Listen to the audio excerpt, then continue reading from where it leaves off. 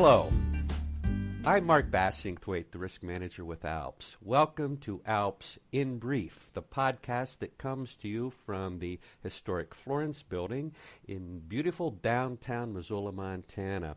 And I'm excited about today's podcast.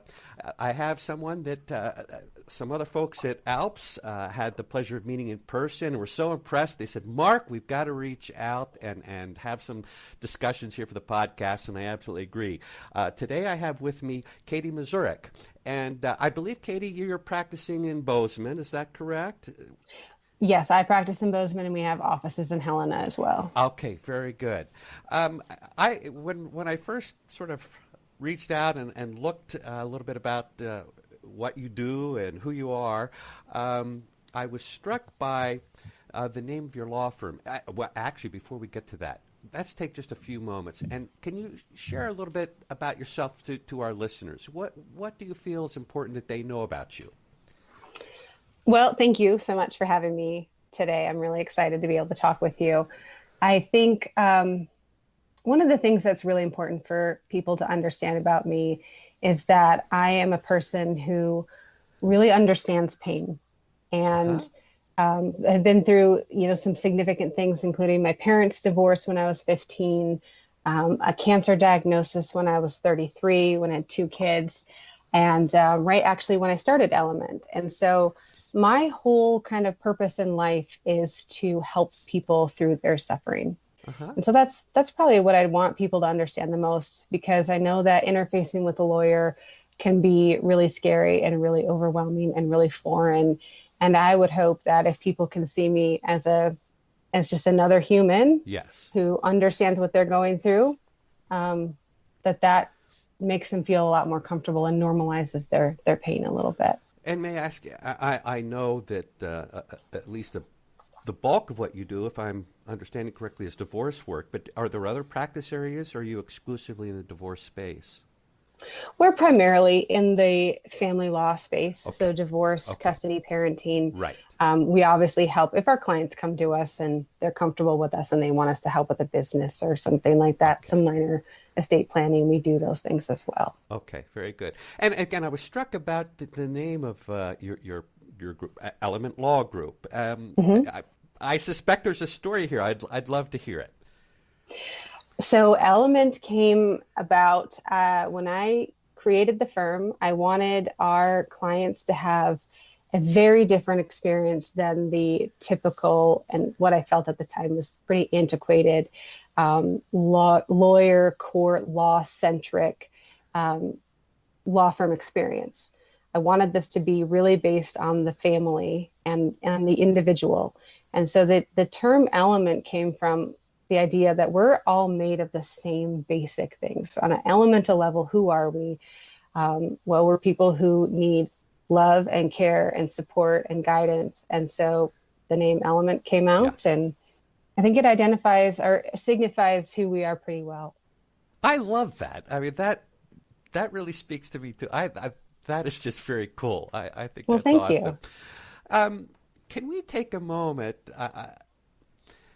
We are living in really unusual times.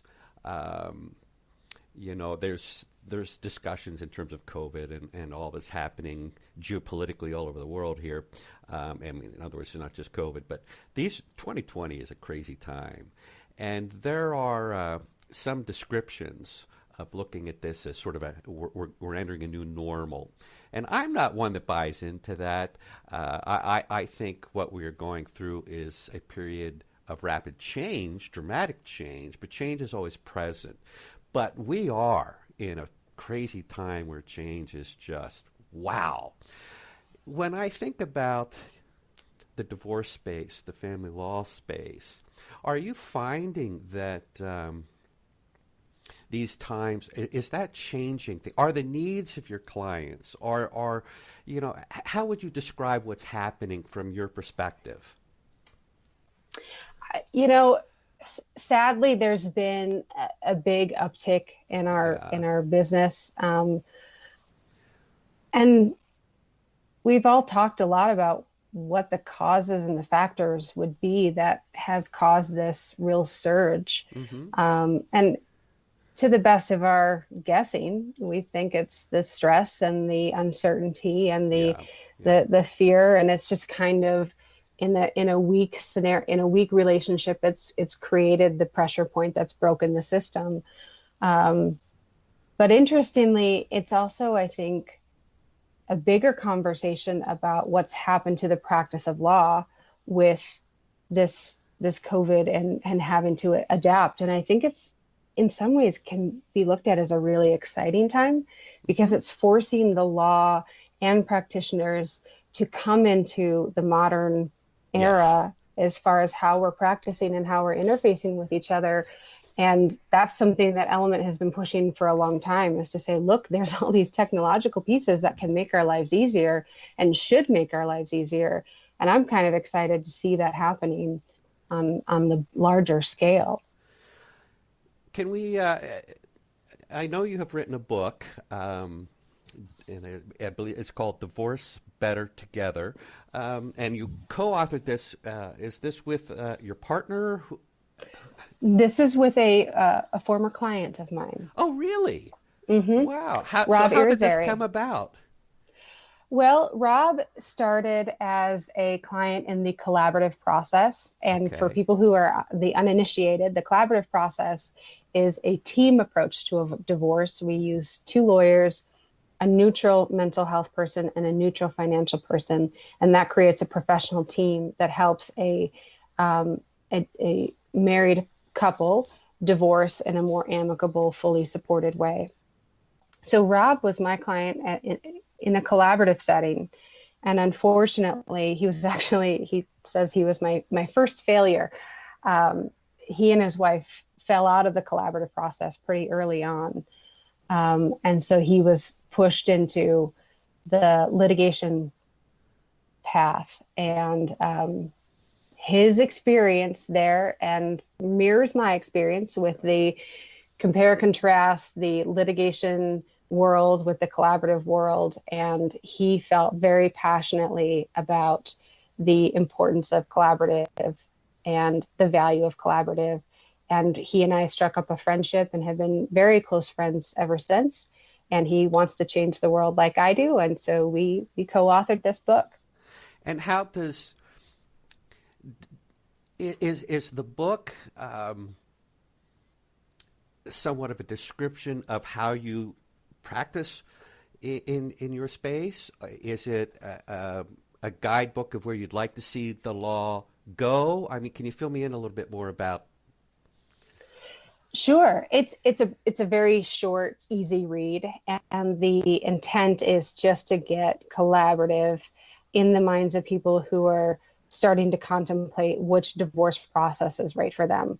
So it really is the personal stories, Rob's personal story of being in the collaborative process and then litigation, and my personal story of watching my parents really suffer through a nasty litigated divorce and what that did to my family.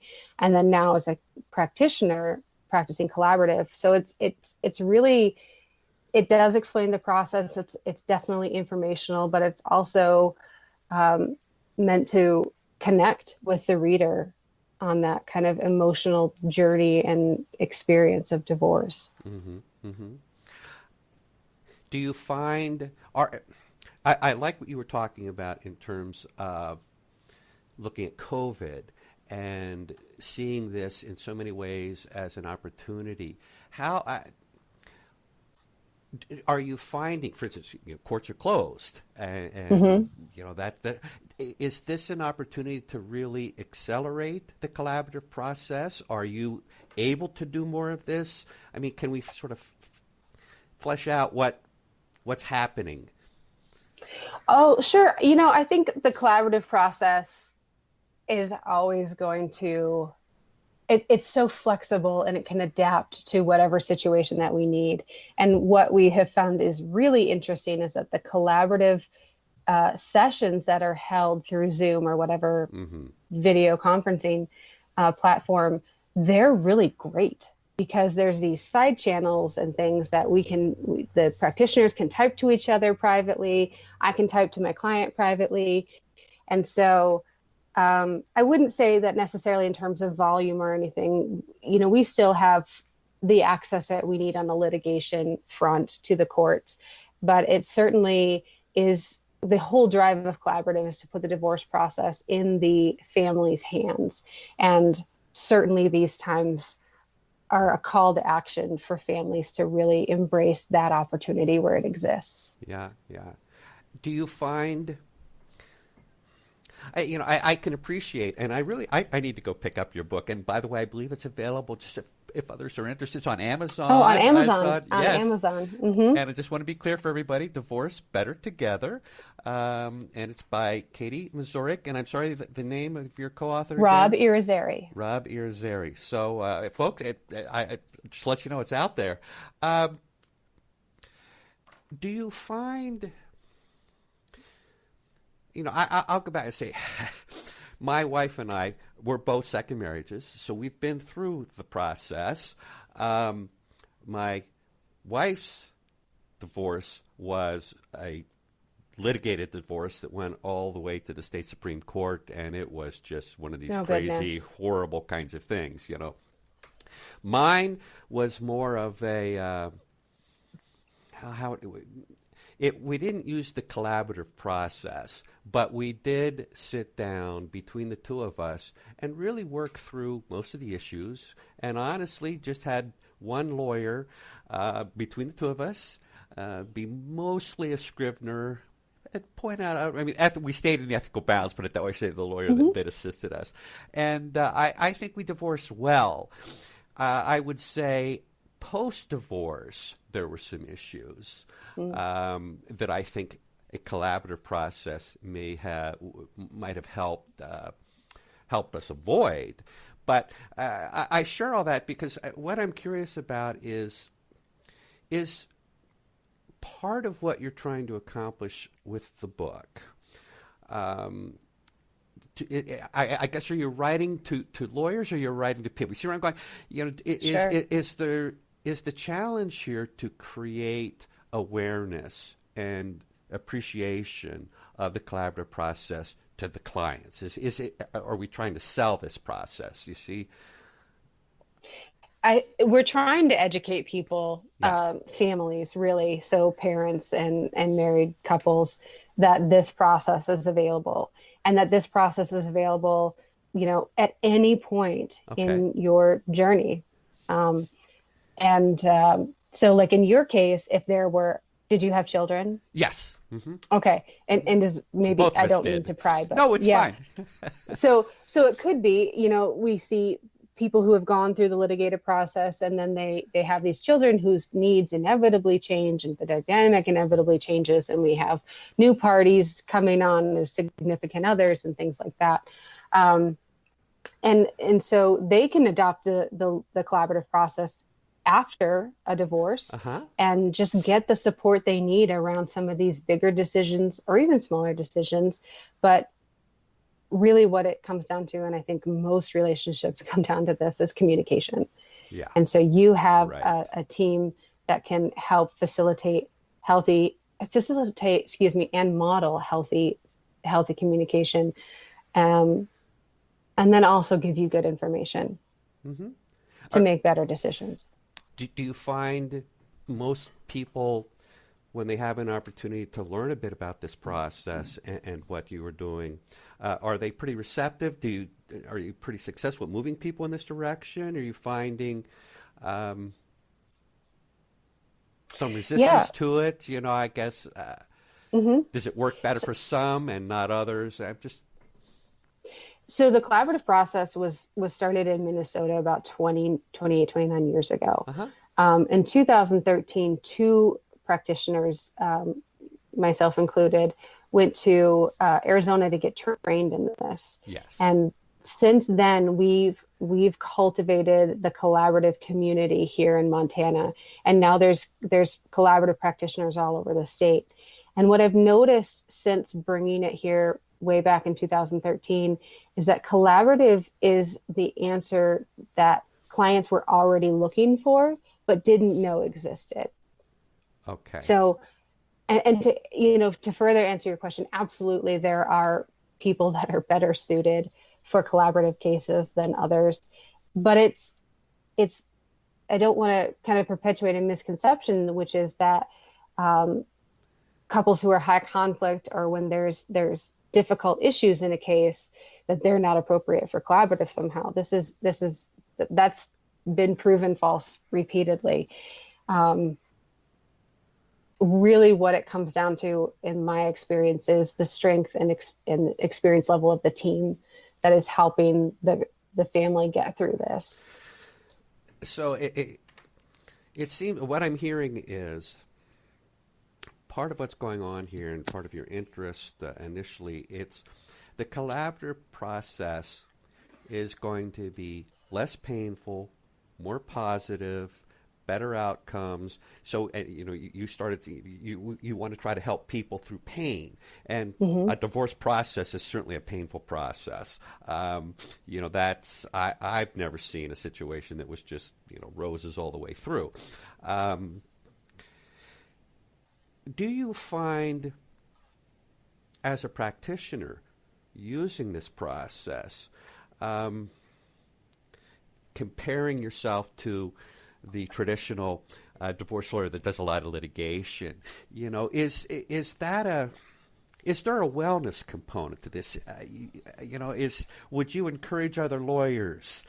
Because to me, I like how you've described some of this, and looking even now in the midst of just this global pandemic, looking at an opportunity. And I think that's such an incredible way to move forward through any change. Always looking. We can't deal with we can't change what has happened. All we can do is define ourselves by how we respond to it. But with courts being closed, is there a message here? Would you have a message to other practitioners to say, look, this can create less pain for you as a practitioner too, and your wellness can help others. I mean, am I understanding this correctly? I don't.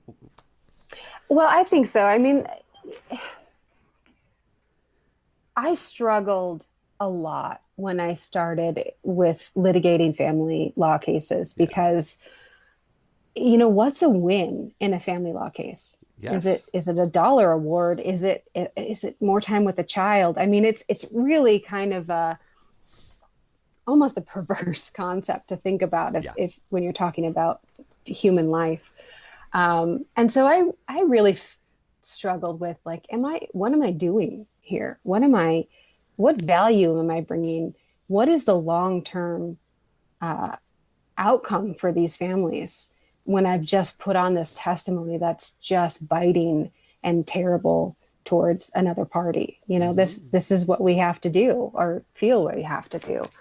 And so the collaborative practice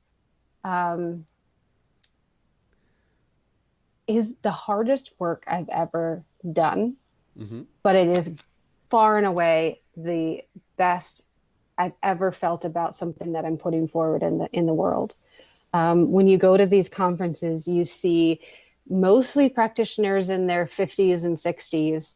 And the reason for that is they just got to a point where they couldn't do the litigation, the burden of litigation, the toxicity of litigation. And so they had to do something different. And I want to be clear, it's very hard work. It's very hard work, because at least with litigation, you can say, hey, that's not what the court's going to consider.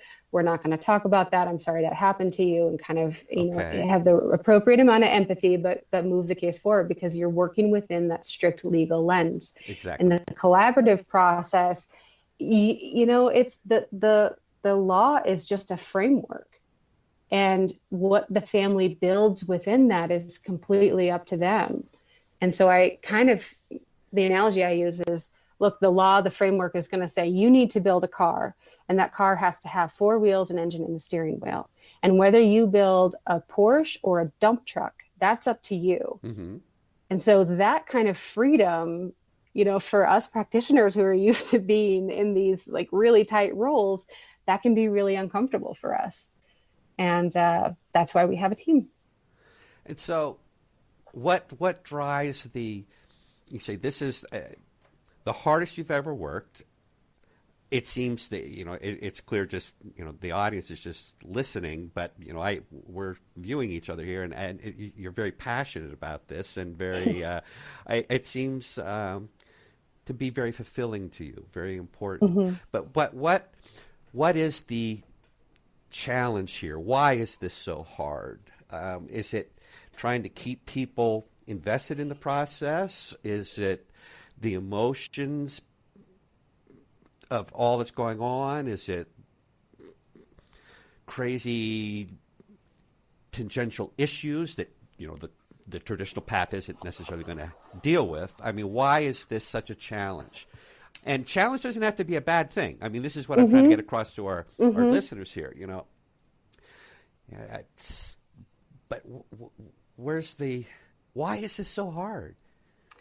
Well, you're taking two people who are in conflict and you're asking them to listen to each other, to meaningfully listen to each other, and to communicate better. Uh-huh. And that is exceptionally hard. People come into the divorce process with a feeling of scarcity, of, oh my goodness, I'm losing, I'm changing. We took one whole and we're making it into two, which is never as much as half, if that makes sense, right? It does. So, because you lose the economy of efficiency and going into two households and things like that. So a real scarcity mindset. And it's very hard to get positive work out of people who are rotating around the axis of fear and not enough and uncertainty and what's going to happen to me. Mm-hmm. And so in the collaborative space, we really meet them in that scarcity feeling.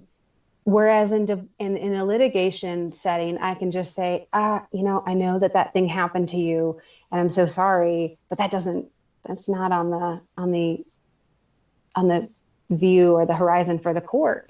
Right. And so we make space for all of that in the collaborative model. And that's what's kind of messy and hard. And you're trying to help people move forward through that. I mean, it's a lot. So how do you stay sane? Right. That's such a good question.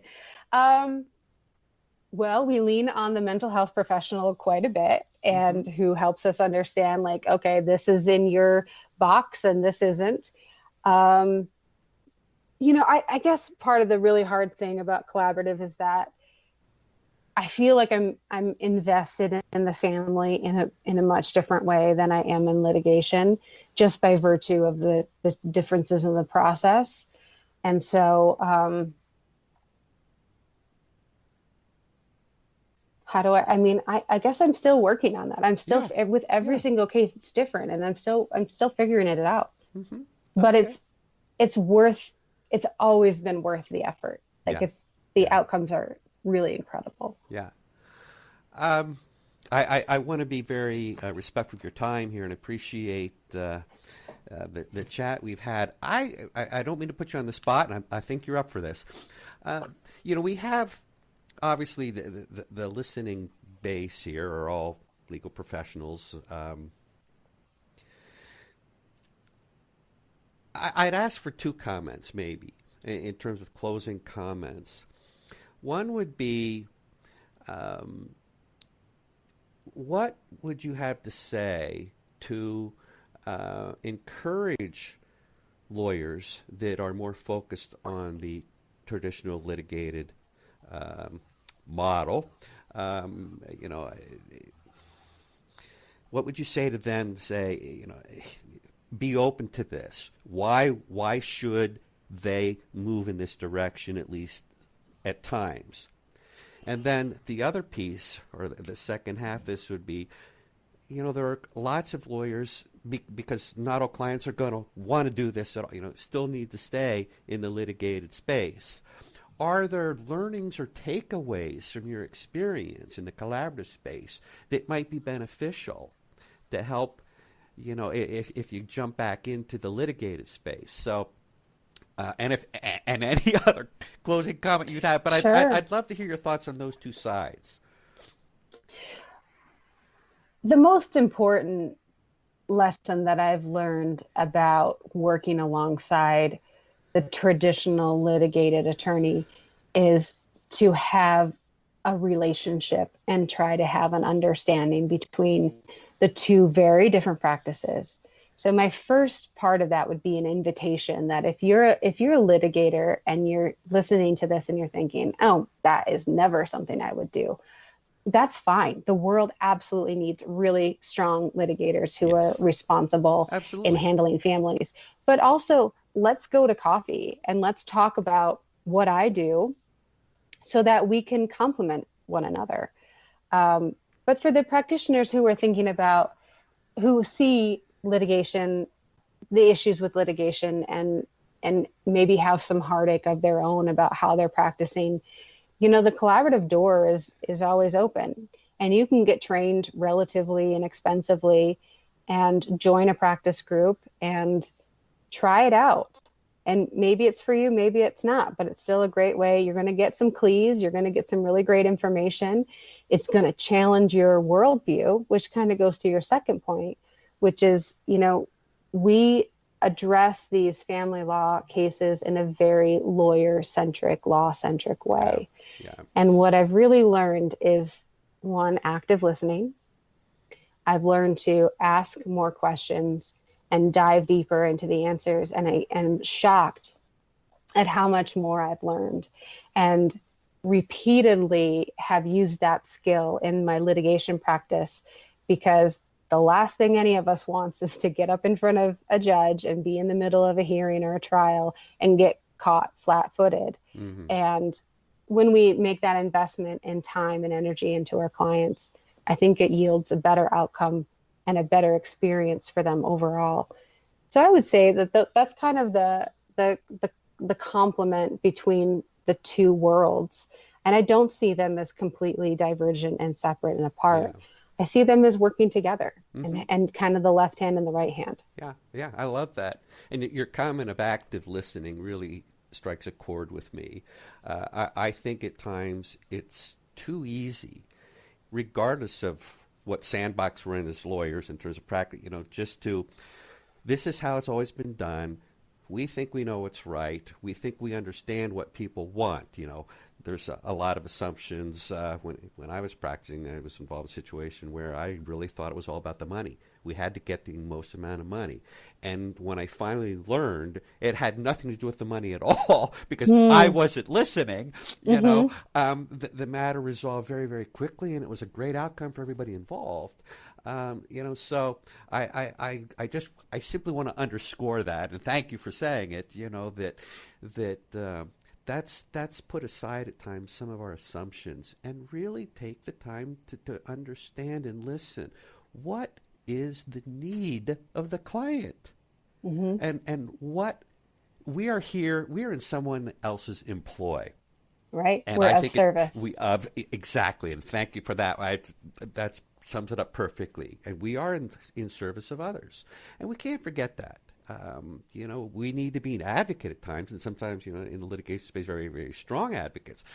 There are situations where people need that because they can't advocate for themselves. But that doesn't mean that we do not, that we get a pass on just really trying to understand who is this person, how do I best serve them. So, I I'm just trying to summarize some things that I'm taking away from this conversation, Sure, sure. and I think it's I'm thrilled to see that you have taken such a role and a lead position here in Montana to try to really expand and bring this new or a slightly different, less adversarial model into Montana. Thank you very much. I just think that you're doing some wonderful, wonderful work. Do you have any final closing thought that you'd like to Oh my share? goodness. Well, obviously, thank you so much for having me. If there are attorneys or other, professionals or even clients, potential clients Hmm. listening to this, if you have questions or you want to have a conversation about this, my contact information is easy to find at Well, please, elementlawgroup.com. yeah. Yeah, Element Law Group, one word, elementlawgroup.com. So there you go. And I invite folks to go out and take a look at the website and go take a look at the book. Well, Yes. again, Katie, thank you very much. For those Thank of you you. listening, I hope you found something of value today. And it's always a pleasure to take a little time and visit. So if there's anything else you'd like in terms of topics, questions, concerns, you do not need to be an ALPS insured to reach out to me. Feel free at any time. My email is mbass@alpsinsurance.com. mbass@alpsinsurance.com. Happy to help in anything and any time if there's ever anything I can do for you. So thanks for listening again, folks. You all have a great day. Stay safe, stay well, stay connected. Bye-bye.